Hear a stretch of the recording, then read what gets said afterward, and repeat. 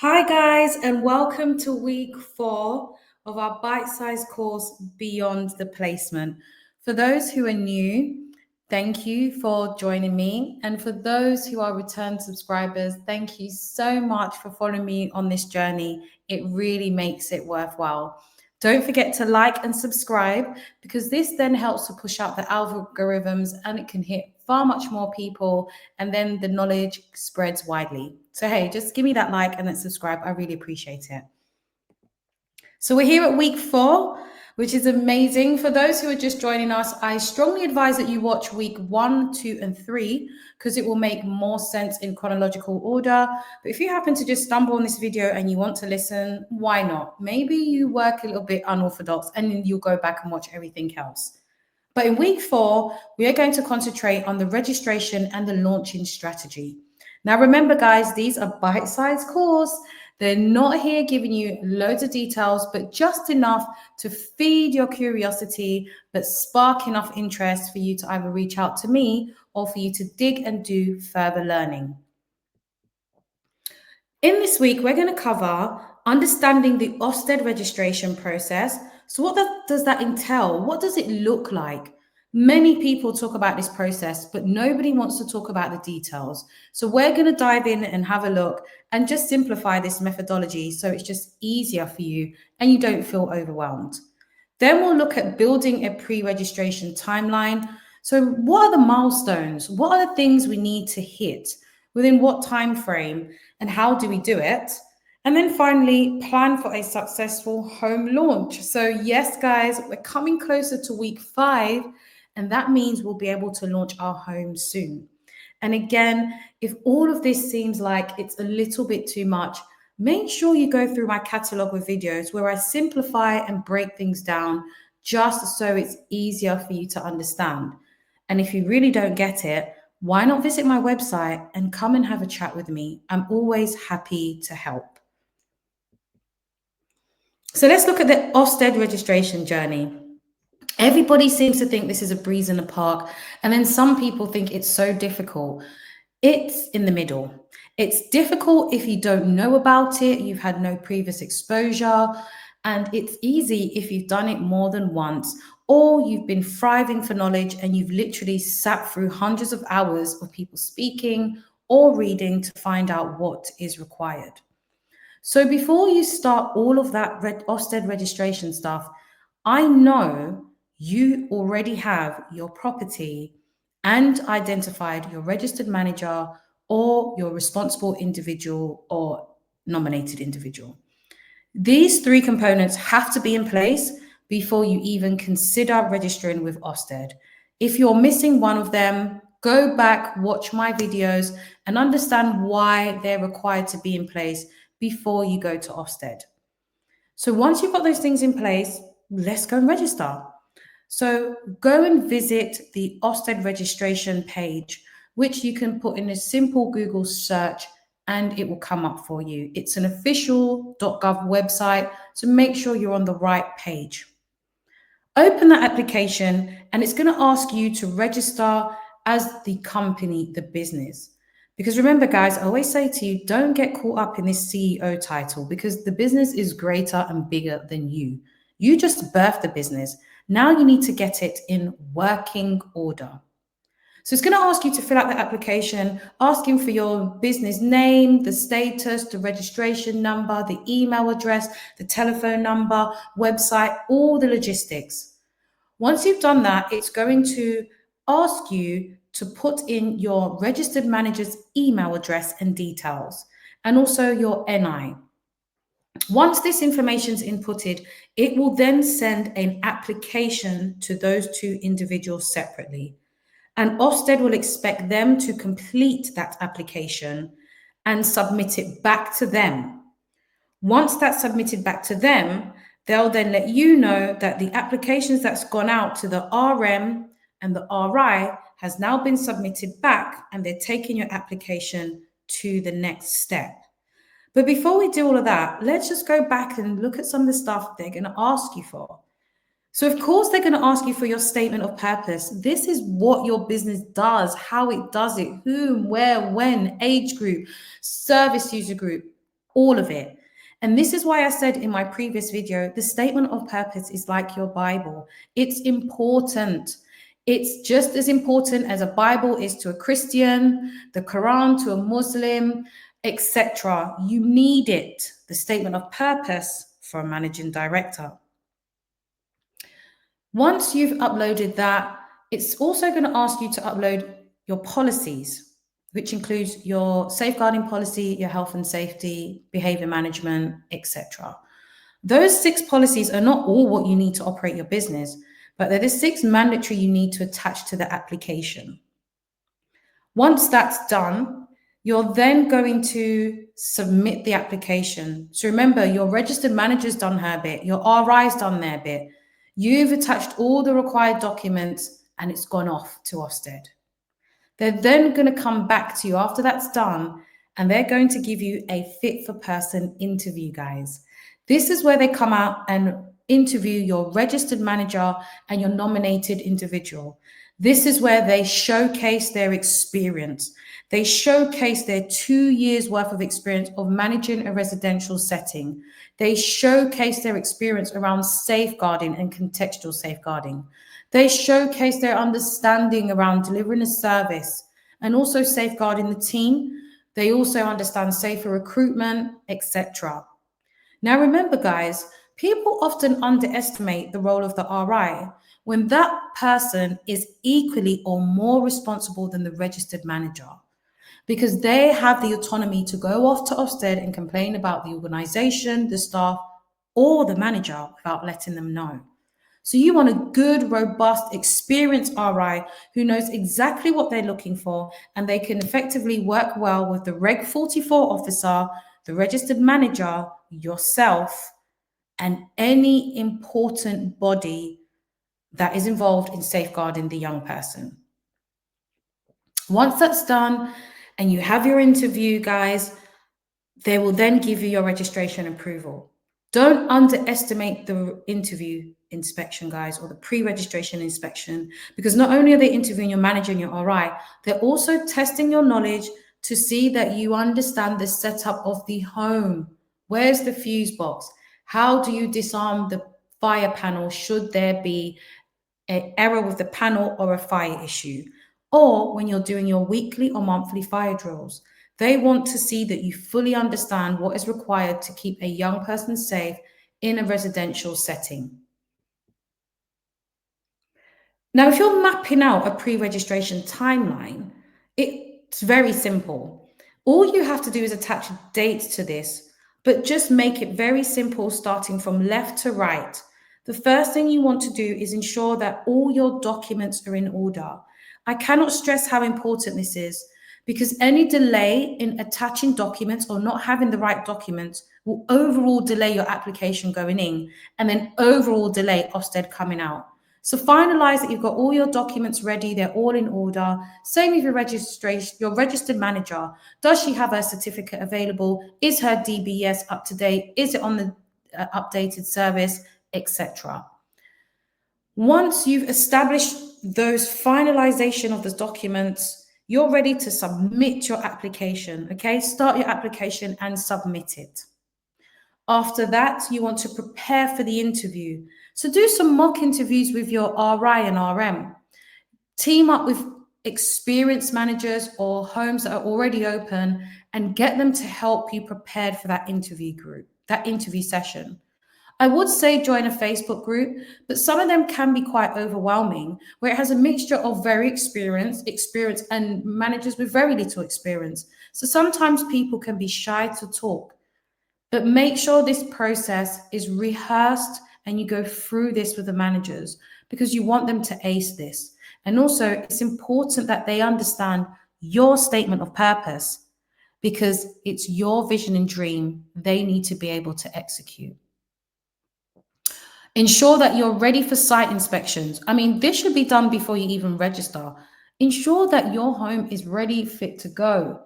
All your equipment's been pack tested, your gas safety certificates ready, your insurance, everything is in place.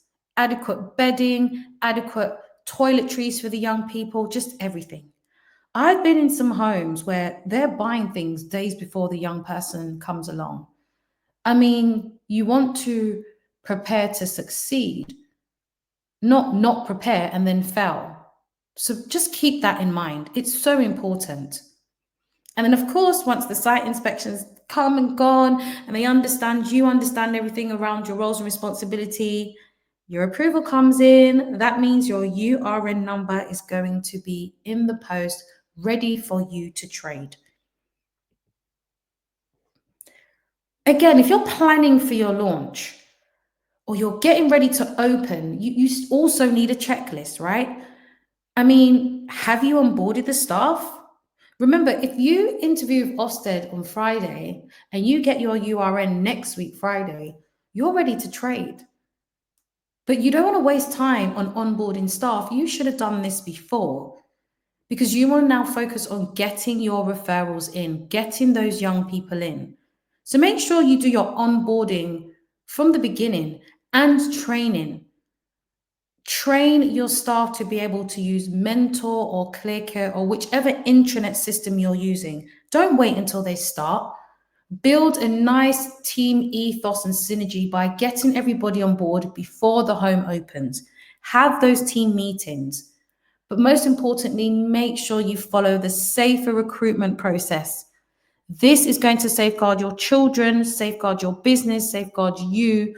But we always want to ensure we've got the best of the best staff that's out there. Don't just see this as a stopgap and put anybody in there. Get the right team in because this will determine whether your business is successful or not. Make sure you're furnishing the home, guys, to a standard that you would want to stay there and you love.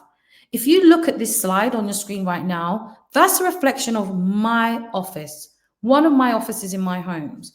I do not supply nothing less than a Mac because that's what I want. That's the standards I've set. I want a machine that's sufficient, that's fast, that can be creative and used to do many other things rather than just record keeping. So I've opted for a MacBook. Look at my desk. It's a professional desk. It allows adequate space for staff to sit down and be able to multitask and be comfortable. I also have some walkie-talkies around. Sometimes, depending on the setting in the home, it's not appropriate to shout. So why not use a walkie-talkie? And of course, I've got a modern printer that can be accessed with Bluetooth. So staff can be anywhere in the home and print documents off and also scan if need be. I make sure this space is clean, welcoming, and bright. So when staff have to spend time in there, it's quite joyful and it's not doom and gloom. And of course, I'm going to give them a leather chair with a nice high back because who wouldn't? I want my staff to work in comfort. And if you look at the bottom of this slide to the right, you'll see their pigeonholes. Some people have to double up, which is fine. And then we've got another set of pigeonholes as the team has grown in that home. But this is where the communication between myself and staff happen, or between staff and staff. Sometimes not everybody's in, but you can leave a note in their pigeonhole. Make it comfortable and enjoyable.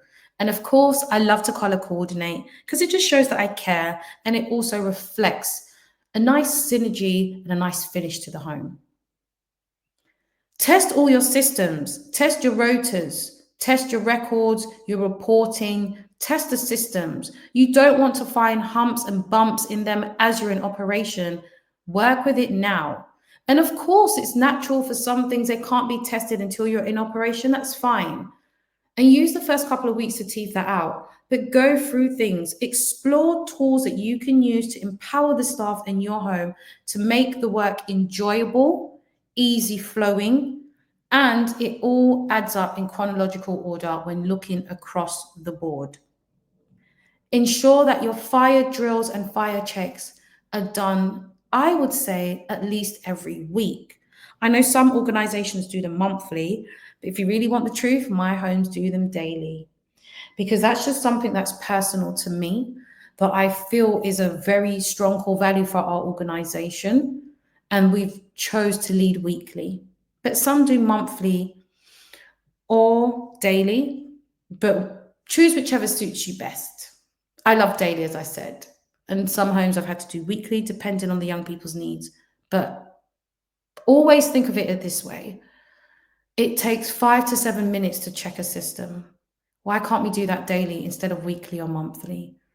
It definitely feels morally right with me and satisfying to know that I've done it daily instead of weekly. But again, choose what best suits your home.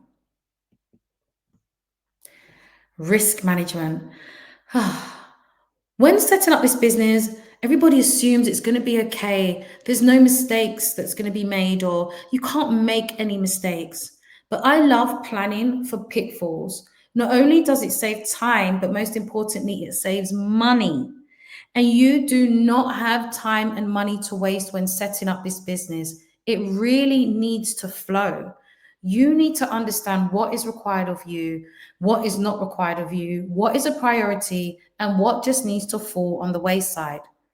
So, some common pitfalls that I find going across people's homes, or just on reflection when I first started, is weak policies or outdated documents. This is something that when I was coming into the industry back in 2012, a gentleman named Jonathan Toy always, always showed me the importance of making sure that my policies and paperwork was top notch. And he often said that businesses who didn't have their paperwork in order would not last past 2 years. And my, was he correct? Weak policies or outdated documents is a reflection of weak leadership. It shows that leadership are not looking at the vision, looking at how the organization can grow and develop, and how they can focus on what they have to do. Policies that are not reviewed often show a lack of care, and it also shows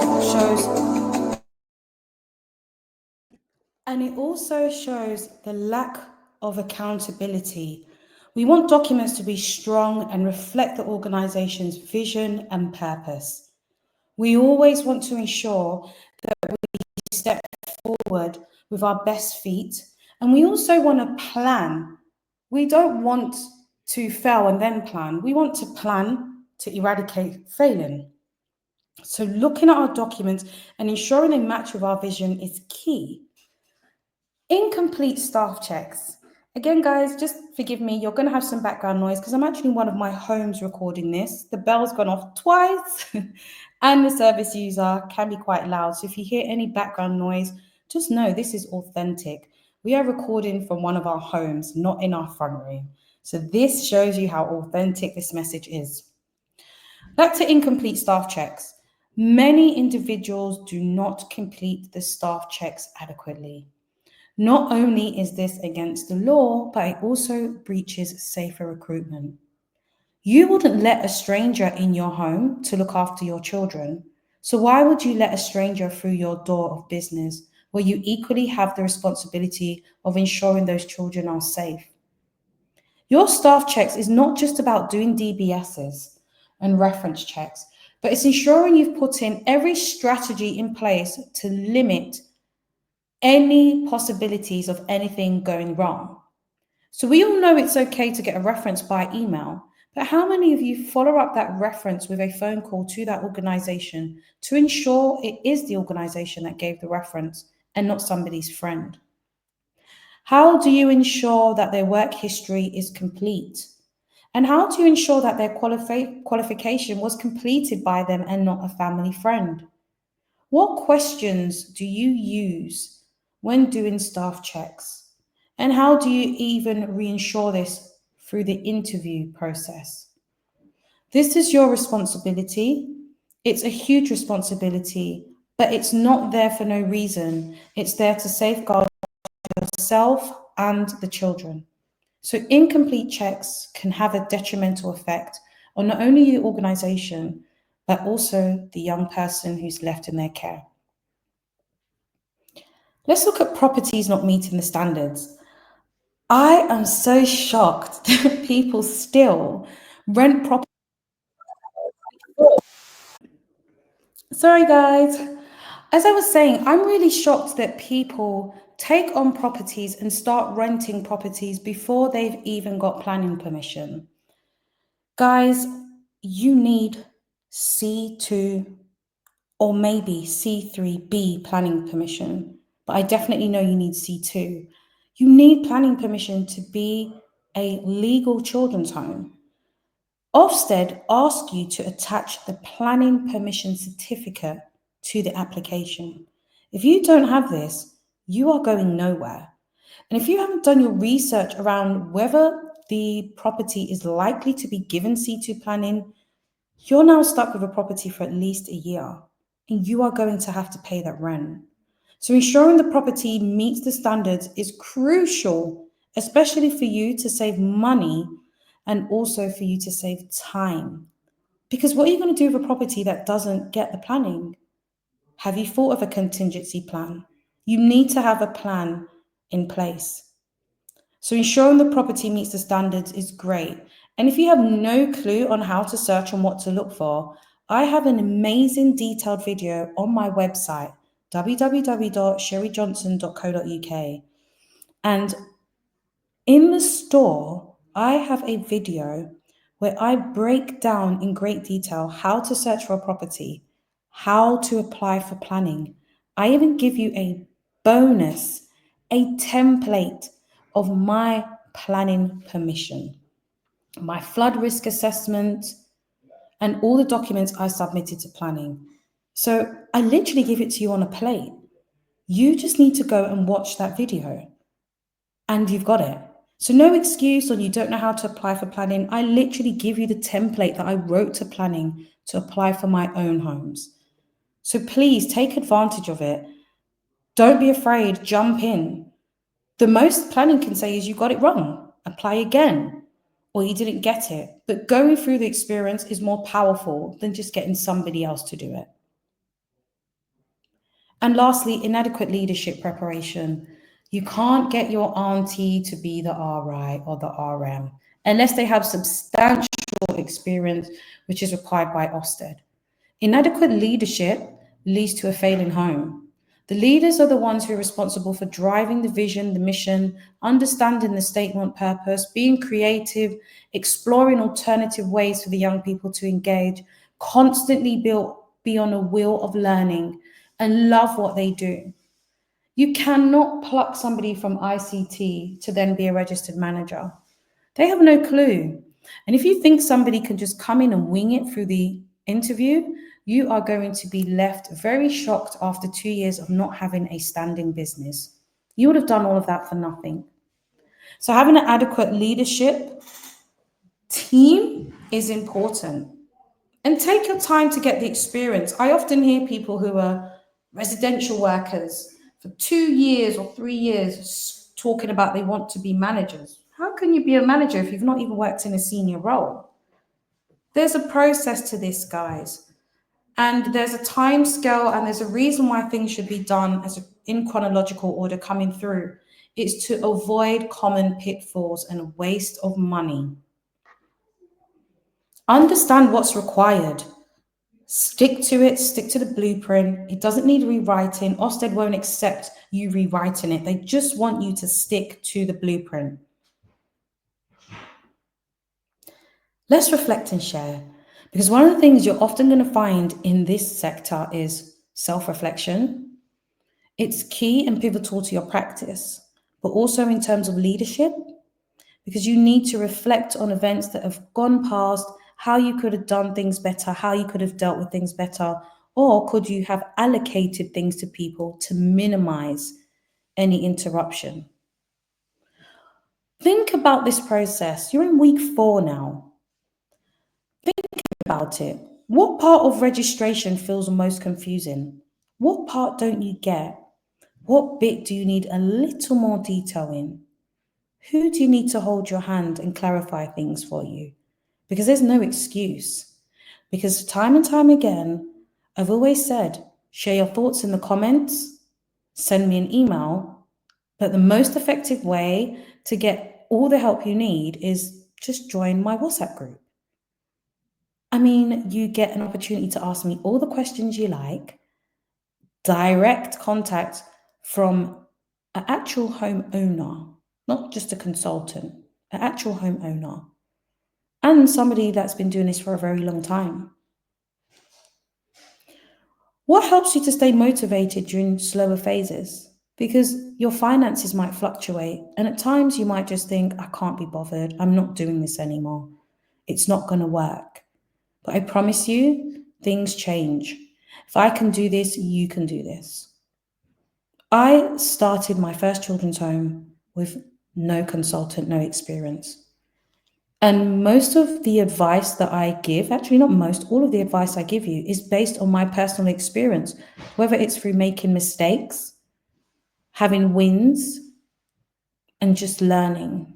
Because I'm a life learner and I love to learn. So I'm always seeking out best practices, following legislation within social care, and always looking at society to ensure that my support matches what's needed out there, matches the young people's needs. I don't just want to say I'm needed. If I'm not needed, I need to make sure I'm needed. So, what keeps you motivated? Align yourself with other homeowners, aspiring homeowners, seasoned homeowners, and take some lessons from them. And what systems might be airtight before you go live? What systems must be airtight before you go live? What things must be in place and ready to go? Again, share your comments below, join the WhatsApp group, and have a conversation. And you know me, guys, before we go, I love to set small tasks. Not only do they help you with accountability and staying on track, but I think they're a good tool to prepare you for the life that's coming. Social care is a sector that requires lifelong learning, planning, and self reflection. So, doing these tasks really help. So, let's look at task one. Why don't you draft your Ofsted registration timeline? When do you want to put the application in by? When will you check that you have all the documents ready? When will you put the application in? Give yourself a timeline, some accountability. It also gives you something to work towards. I want you to identify any documents or policy gaps. Do you have all the policies? I often hear people say, I've got 50 policies. Minimum is 100. And you're probably thinking, what? No way, my friend has less. The more policies you have, the more robust your system is. And the more that tells me you have thought about every eventuality. We are planning to succeed. We are not planning to fail. And then create a launch checklist or final task. What would you need to double check before you open those doors to Ofsted? And most importantly, to the children that join you.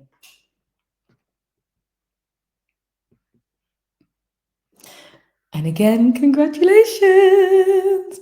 You have finally made it to the end of week 4. You have been one of those people who've managed to concentrate past 20 minutes and soup up all the knowledge that I've given you. Just remember, this is bite-sized, guys. And each week I'll be unpacking each area just to simplify it for you. Remember, these videos are raw, recorded 90% in my children's home, so you'll have blips and sound errors in the background because nothing in life is perfect, especially when you're doing it authentically from the heart. There's no stage, there's no lights, cameras, action. This is sitting behind my laptop, putting the slides together and sharing with you the mistakes, the empowering moves, the lessons, and the mandatory learning to then inevitably support you to have a children's home. So your journey has begun already, guys, from week 1. From the idea to impact. Stay connected in the group, join the WhatsApp group, seek support, ask questions, and share knowledge. Each one teach one, right? I don't know it all, so why don't you share some tips with me down in the comments? If not, and you want to have a more intimate conversation, join my WhatsApp group. And to find that, go on the homepage, www.sherryjohnson.co.uk, and click on the green banner and join the WhatsApp group. Keep refining yourselves, keep growing, keep seeking knowledge, keep being professionally curious. It all pays off in the end. But most importantly, keep believing in you, because this is all down to you. And thank you so much for being with me. Time is so valuable and there is no price you could put on time. So I'm honestly grateful for you being here. I look forward to seeing you in my other bite sizes. And you got any suggestions, feel free to send me an email. Join me on Instagram on Johnson28. or just leave a comment in the bottom. And for those who are quiet learners who like to stay in the background, I appreciate you too. If you don't want to comment, please just click like. That will definitely help me and encourage somebody else to subscribe. Thank you so much, and I'll see you very, very soon.